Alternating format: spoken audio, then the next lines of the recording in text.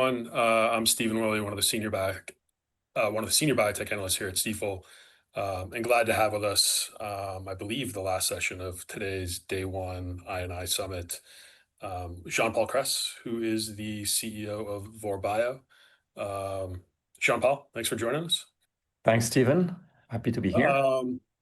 So maybe we can just kind of dig right in here. So, obviously a much different version of the prior Vor story that certainly I covered and other investors were perhaps familiar with. So maybe we can just kind of start off with a high-level introduction to the new Vor, the asset, the transaction, the team you've brought together, and maybe you can comment to, kind of what specifically attracted you to the opportunity here.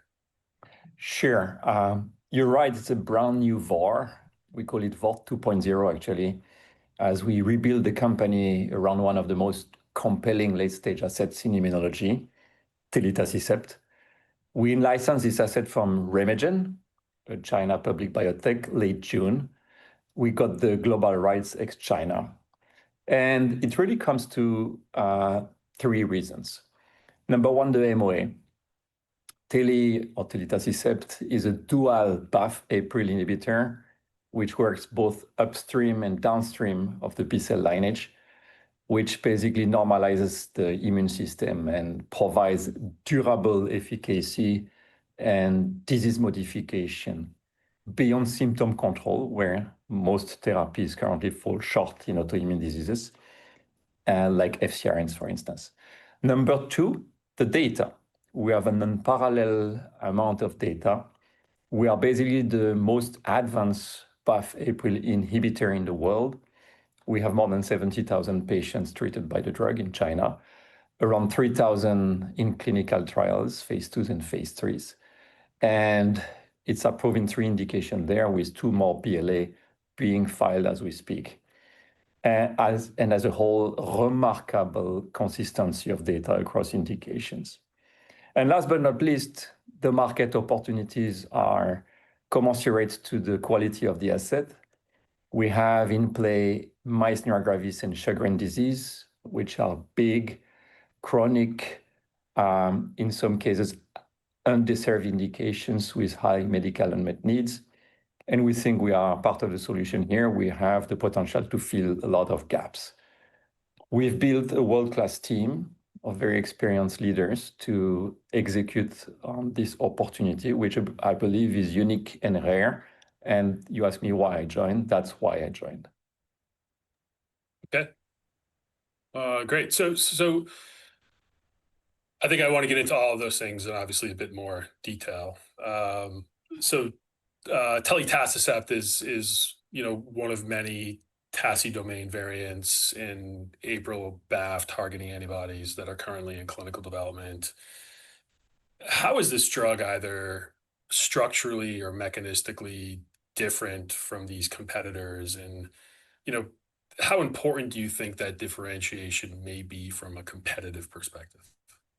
So you said it, we are the most advanced of the 3 late-stage BAFF/APRIL inhibitors. For a couple of reasons I mentioned earlier. In terms of the biochemistry, which we always have to take with some reservation because the clinic prevails, we are the closest to wild-type TACI receptor, which basically is the receptor with the greatest affinity for the 2 targets we tackle, BAFF and APRIL cytokines. So being the closest to the wild-type TACI receptor is a great proxy for optimal inhibition of BAFF and APRIL, the 2 cytokines which are acting upstream and downstream of the B-cell lineage differentiation and maturation. So by tackling this BAFF and APRIL in a very optimal way, in a very natural way, because we're close to the wild type again, we think that we have a balanced, effective, and very safe therapy. It has been actually demonstrated on the PD of these diseases with a consistent efficacy on not only the immunoglobulin Gs, but also the IgA and the IgM, modulating those ones, and with B-cell normalization, which is very important because we don't want just to act on the autoantibodies. That's a very downstream thing. We also want to act on the upstream where we have a chance to normalize the pathogenic hyperactivated B cells or plasma cells, which are actually at the origin of those diseases. So, and I would also comment on the fact that the opportunity is beyond the BAFF/APRIL class, because we are talking about the possibility to favorably compare to other classes like the FcRns or complement inhibitors, just to quote those two classes.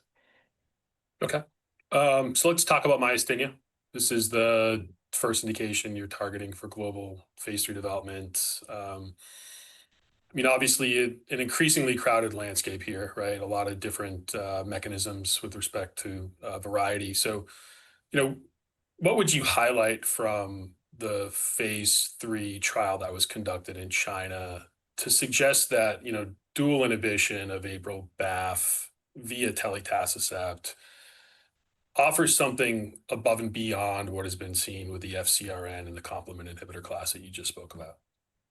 Well, myasthenia gravis is a very important disease for any compound in the autoimmune space. 90,000 patients just in the US.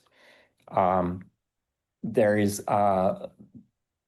are lots of symptomatic treatment, mostly, or with safety limitations like the complement inhibitors. So the message here is that there is high unmet medical need despite the number of therapies on the market, and even with recent therapies like FcRns. What we hear from the KOLs and the patients is that they want more durable treatment with disease modification potential, and not just one target with an effect which could be limited to, for instance, very downstream on and off modulation of the immunoglobulin Gs, which is clearly interesting, but not enough. As we know that now, for example, there are other immunoglobulins involved in the disease like IgA and IgM in more than 20% of the patients. So we need a more holistic approach with a more complete treatment like telitacicept, which acts on the downstream and the upstream of the B cell lineage. Now, if we turn to the data, the wealth of data that RemeGen, our partner in China, has generated so far, well, there has been communication on the phase 3 trial last spring at a major conference where we showed unprecedented activity on the primary endpoint called MG-ADL, which is a symptomatic, very well-known scale. And the benefits are actually enduring well through the 24 weeks of the study. And it's a fact that we'll actually present in a few weeks at a major rheumatology conference the results of the 48 weeks long-term prolongation of the study, where we show that the curves continue to go down. And that's probably the most important learning here with the product. We have an unparalleled way of enduring and helping the patient on the long term when current therapies fall short and have durability challenges. FcRns and complements cannot do that. We will be, hopefully, the first therapy in MG that does not just manage symptoms, but it changes the trajectory of the disease in the long term. Okay. Yeah, I think that's probably in addition to just the magnitude of the benefit that you were showing, I think the fact that we were seeing MG-ADL and QMG still declining at week 24 really kind of caught my eye, and it sounds like we're going to be getting that data in the next couple of weeks. And again, I guess going back to some of your earlier comments, then you would perhaps ascribe this continued trajectory in the improvement of these scoring systems to be related to the fact that you're getting this broader kind of isotype specific benefit that is beyond just the IgG class specifically? We think so. The fact not to just act on a very on and off, kind of you turn the faucet on and off on the very downstream on the immunoglobulins or the IgG, the fact we act way beyond that in terms of regulating, normalizing the cells, the B cells, which are the onset or the origin of the disease, in a normalizing way, in a tempering way, we think that this is the way to ensure this long-term effect. And in fact, at AANEM on October 29th, we should present this long-term 48 weeks data, which show that telitacicept keeps going. We have the capacity to target the root cause of the disease and not only just, help the patients in a temporary basis with some cycling that we see in current therapies. Okay. So the global phase 3 is currently enrolling patients. Maybe just, I guess, a couple of questions related to that. So first off, can you just provide a little bit of color around how this works logistically with the RemeGen in terms of just transitioning responsibilities and costs from them over to you? How does that work? Well, RemeGen started this trial about a year ago. The great thing is that we have been preparing for that since we looked at this deal in the spring of this year. And everything was done to construct the deal with that in mind. How can we ensure the least disruption possible in a transition? So it's going very well. Execution on the transition is going very well. We're transferring contract CROs. The sites continue to expand, and it's a seamless one. And as an example or illustration, our chief development officer is actually the previous chief development officer of RemeGen. We basically transitioned her with her team. So that's extremely helpful. So it's going very well. Now, in regard to duplication or replication of the China data, we get sometimes the question, does China data or China patient can be replicated, or are they similar in the Western world? Well, first and foremost, it's very important to remind ourselves that China has incredibly improved in the execution of clinical trials over the last few years, as the whole biotech innovation has been booming there. It's just a few numbers, but it's important to think that this is happening as we speak. 1/3 of the global pipeline in biotech and pharma right now comes from China. And about the same amount of products in the pipeline in the US and in China, all stages from IND to BLA or NDA, there are at equivalence between the two countries. So there is an incredible boom there, which is happening and with great quality. And at the same time, the machinery of execution there for clinical trial and regulatory approvals have been incredibly effective. And we can leverage that because that's obviously everything we got or we're getting from China and the learning we get from there is very replicable in the US and can be leveraged. So that's also part of the transition. And our global phase 3 trial in MG, which is planned for reading in first half of 2027, is basically done in this spirit of leveraging the China innovation engine, but at the same time doing the best we can here, and it's going very well. Okay. Yeah, I know obviously the translation of data generated in China into more Western populations has been a very popular topic for a lot of different investors here over the course of the last year or so. And I guess within the world of oncology, right, I think we're trying to think about the translation of objective endpoints, like event-driven data, right, PFS, OS. And I guess maybe the question here is in a setting like this, where maybe the endpoint is perhaps a little bit more subjective. If you compare, I guess, the 1-point reduction in the placebo arm that was seen in the China trial relative to just some of the more contemporaneous studies that have been conducted in the US and MG, right, you tend to see a little bit of a higher placebo response. And so would you expect that to manifest here as well?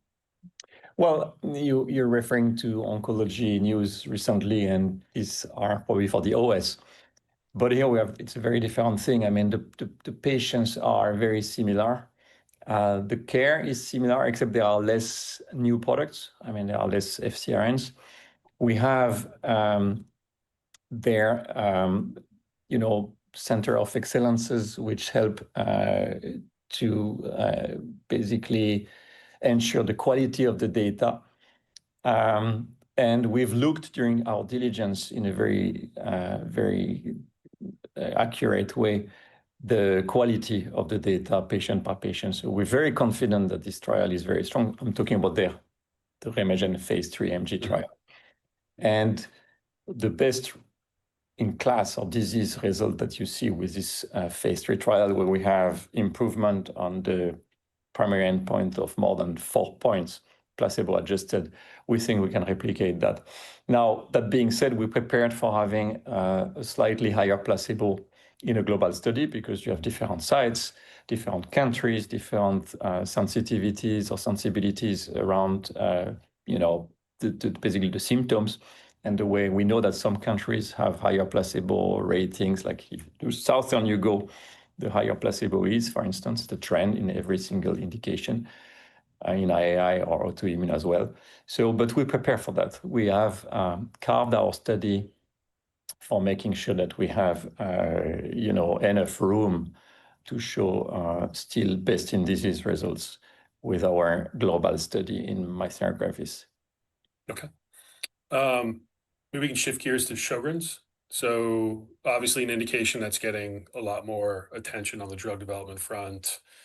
RemeGen top line phase 3 success, I think just last month. I believe we're going to be seeing some of that phase 3 data presented next month. But maybe ahead of that, you can just kind of speak to the phase 2 results for Telitacicept that are out there and why you think this drug could prove to be perhaps a best-in-class treatment option.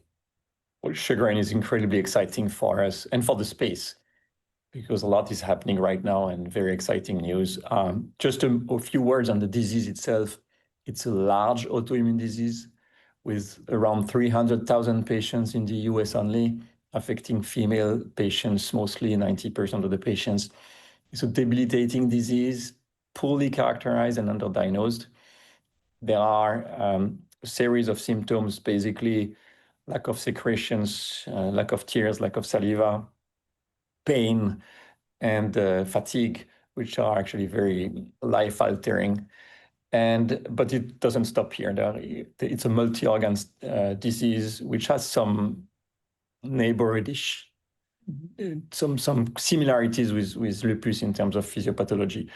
But it's mainly affecting the mucosal epiderma or epitheliums, which is also important because it doesn't stop with the IgG. You have IgA involved in everything. So that's why we think our modality, our mechanism of modulating and normalizing the B cells and tackling all types of immunoglobulins is very important.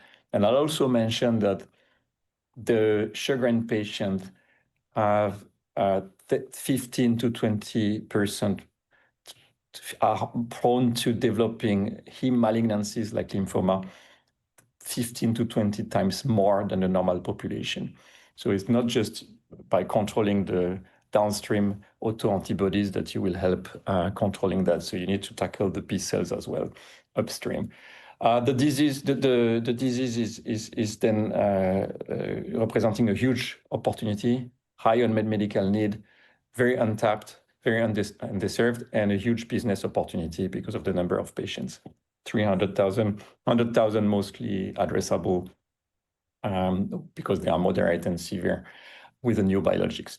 So I wanted to characterize this disease, which is not so well known, but we will hear more and more about this disease because we and RemeGen have read our phase 3 trial, confirming the phase 2 data you alluded to, which are best in disease. We showed great results on the primary endpoint, which is called SDI. It's a multi-component score of 12 domains by the physician, complex. We are actually best in disease versus other phase 2s from other modalities. And our phase 3 trial, cannot talk about that in detail because it's under embargo from a major rheumatology conference for later in the year. But our phase 3 trial has shown very impressive disease results as well. Last but not least, I would say that there is a big pharma who has read phase 3 trials recently in the disease, which we think is great for the field because there is room for several products. And they will be learning also for us from this company and their results. But we think we have the best in disease results. So it's a superb opportunity. Okay. So I'm guessing the big pharma you reference is Novartis. They announced I guess it was the top line disclosure for lenalidomide via the Neptunus program. I think it was last month, as you said. So I would think that data probably gets presented fairly shortly as well. And would be curious if you can just maybe talk about what, if anything, of particular interest within that competitive data set you'll be looking for in terms of providing the framework of differentiation relative to telitacicept. So two companies reading phase 3 results in a very underserved disease population is remarkable.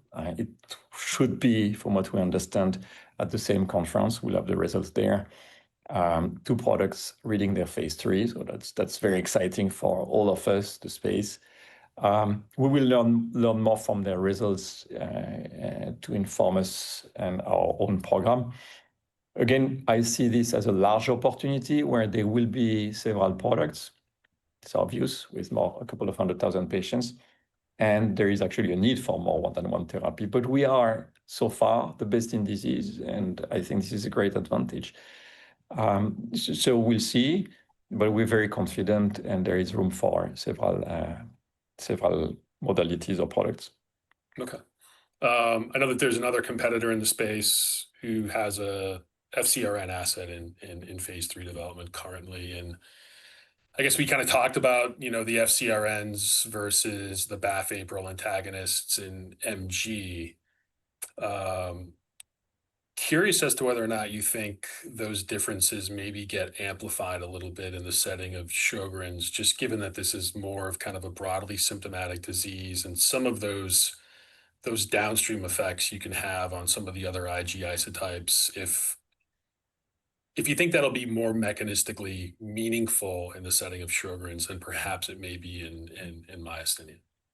I believe that our modality tackling the different points on the B cell life cycle or pathway is extremely compelling, upstream, downstream, tackling the origin of the disease. I mean, keeping in mind the fact that these patients are prone to transforming into heme malignancies.